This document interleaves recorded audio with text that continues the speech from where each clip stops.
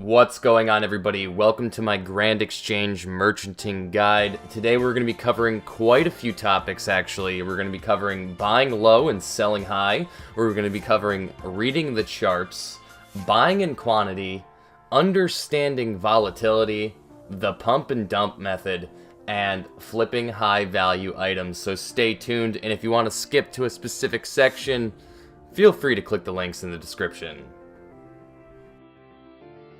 The first topic we're going to cover is buying low and selling high. It's quite an easy thing to understand, truly. In order to make profit, we need to buy items for a low price and then sell them for a higher price. To find our margins and determine which price to buy and which price to sell, we will actually perform the opposite. We're going to purchase the item for a price above its suggested value to determine the selling rate. We will then sell the item for less than the suggested value to determine the buying rate. Once we've done this, we can then perform what's called overcutting and undercutting to position ourselves in a gap in the current market.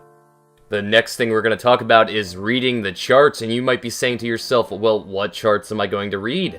If you're familiar with OS Buddy, they have a website called rsbuddy.com, and if you go to rsbuddy.com/exchange, you can pull up this fantastic exchange page that allows you to view all of the items being traded currently on the Grand Exchange and their prices and the way the price is fluctuating. So here we have 4 sections of the webpage. We have the most traded items, the items with the biggest rises in price, the items with the biggest fall in price, and also the most valuable items being traded on the Grand Exchange. So we're going to go to the search bar and we're going to type in Rune Scimitars, and we're going to look at how Rune Scimitar prices have been being manipulated over the past week.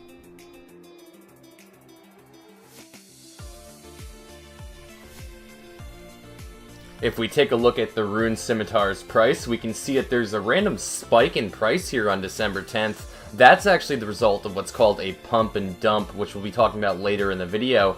However, if you start at the beginning of the week, we can see that the price has consistently remained around 1,500 and, 15.3K. So that's giving us a general understanding that, Rune Scimitars have a very consistent price, unless, of course, somebody with a massive amount of capital or a merchanting clan does what's called a pump and dump. So when looking at the graph and trying to determine whether or not something is a low risk or a high risk investment, we want to look for items that have consistency. So items like the Rune Scimitar, which is actively traded in high quantities and has managed to hold quite a consistent price range between 15K and 15.3K, that would be considered a low-risk item, a low-risk investment. That's because there's not much fluctuation going on with the price, as we can see from the graph. And since there's so many of this item being sold, that means we have formed what's called buy walls and sell walls.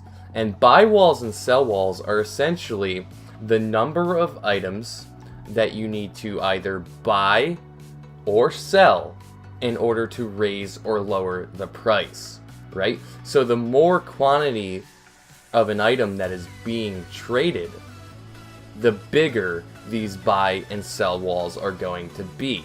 The next topic for us to talk about is buying in quantity, and this is basically understanding that you don't always have to buy high value items to make a good profit flipping. You can also buy low value items in high quantity to make very decent gains. So instead of buying Rune Scimitars or what have you, we can buy arrows, for example. We could buy rune arrows for 79 GP each, and then we could sell them for 80 GP each. And while our margin on rune arrows is a lot lower than Rune Scimitars, we can actually end up making a lot more money selling arrows because we're selling thousands of them. The point I'm trying to make here is that essentially the more that you buy, the more potential you have for profit. The next topic for us to talk about is understanding volatility. What is volatility and what does it mean for an item to be volatile? Well, a volatile item is an item that has the liability to change in price rapidly and unpredictably, especially for the worse. So for example, say we have feathers which are worth 1 GP each. If overnight those feathers became worth 100 GP each, that would be considered a volatile item. Now while that might work out in your benefit if you had a ton of feathers stocked up, the likelihood of this item maintaining that price is very, very small. So that would be considered a volatile item because it has the potential to either rise significantly or more likely drop significantly. So you want to look for items that have a consistent price range when looking for a low risk purchase or a low risk investment. There are obviously opportunities for high risk, high reward investments, but they're extremely unlikely and very hard to predict. Now we're going to talk about pump and dump.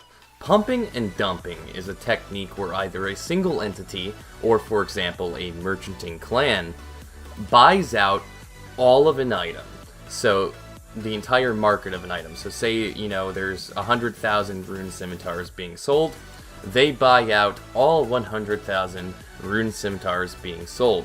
And in turn, by buying out all of this item, they've lowered the amount of this item in circulation, which will in turn increase the price. Once the price has been increased to an acceptable point, to a point where they are now willing to dump off the items they have purchased, they will then do what's called dumping.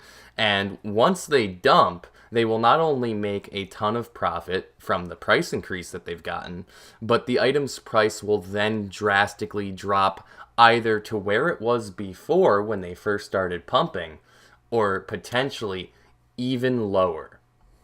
So essentially, pumping and dumping is using large amounts of capital to manipulate the market value of an item.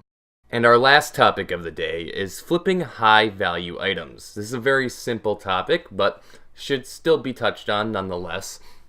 Once you have done this long enough and you have gained enough gold pieces to start flipping high value items, you now have the opportunity to start making high risk, high reward investments. Now, these investments could be something like investing in whips, for example. I like to buy whips late at night, usually about 12 a.m. Eastern time, and then sell them the next morning. And in turn, by doing this, instead of making like 100 GP profit like we are with the rune scimitars on each item, we can make, for example, 20,000 gold profit on each abyssal whip. So the more money we have to play with, and the larger the value of the items that we are playing with, the more potential we also have to make more gold. I hope this guide has given you guys more insight on what it's like to be a Grand Exchange merchant. If you have any more questions or you feel that I've left something out of this video, please feel free to leave a comment down below. If you dislike the video, hit the dislike button, but if you like the video, please hit the like button and feel free to subscribe to RS Pure for the purest RS content.